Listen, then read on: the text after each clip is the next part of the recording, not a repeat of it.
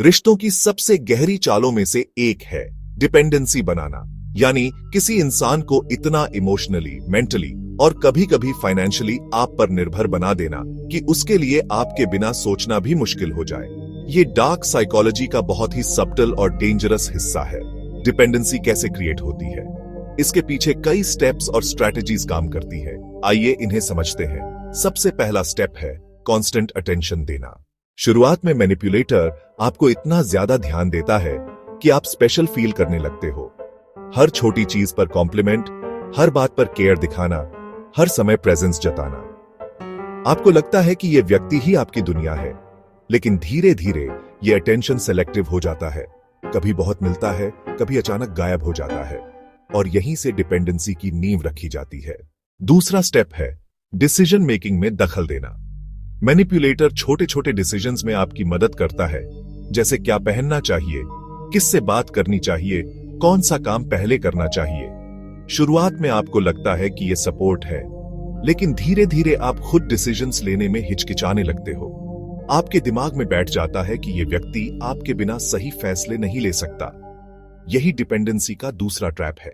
तीसरा स्टेप है फियर और इनसिक्योरिटी का इस्तेमाल। मैनिपुलेटर आपके इनसिक्योरिटीज को पहचान लेता है। आपकी कमजोरी, चाहे वो दिखने से जुड़ी हो, पास्ट मिस्टेक्स हो या आपकी जॉब फाइनेंशियल स्थिति, वो बार बार सबटली उन इनसिक्योरिटीज को रिमाइंड कराता है और फिर खुद को सोल्यूशन की तरह पेश करता है। आपको लगने लगता है कि बिना इस इंसान के आप कमजोर हो। यही ट्रिक डिपेंडेंसी को और गहरा कर देती है। अब चौथा स्टेप है आइसोलेशन। डिपेंडेंसी बनाने का सबसे पक्का तरीका है आपको बाकी लोगों से काट देना। ये दोस्त तुम्हारे अच्छे नहीं हैं, तुम्हारे फैमिली वाले तुम्हें समझते नहीं, सिर्फ मैं ही तुम्हें सही से समझता हूं। धीरे धीरे आप अपने सपोर्ट सिस्टम से दूर हो जाते हो। अब आपके पास सहारा सिर्फ वही व्यक्ति रह जाता है, और इस कंडीशन में डिपेंडेंसी कंप्लीट हो जाती है। पांचवा स्टेप है इंटरमिटेंट रीइंफोर्समेंट। कभी बहुत प्यार और केयर देना, कभी कोल्ड बिहेवियर दिखाना। ये कंफ्यूजन आपके दिमाग को एडिक्टेड बना देता है।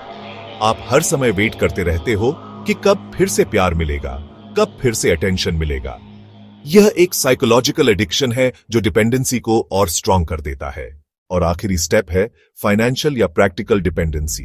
कुछ लोग रिलेशनशिप में आपको फाइनेंशियली डिपेंडेंट बना देते हैं, आपको खर्च करने की हैबिट डालते हैं, आपकी इनकम को कंट्रोल करते हैं या खुद को आपकी जरूरतों का प्रोवाइडर बना लेते हैं। धीरे धीरे आपको लगता है कि इनके बिना तो बेसिक जरूरतें भी पूरी नहीं हो सकती। अब सवाल है, डिपेंडेंसी क्रिएट होने के बाद होता क्या है? डिपेंडेंसी का सबसे बड़ा असर है लॉस ऑफ सेल्फ आइडेंटिटी।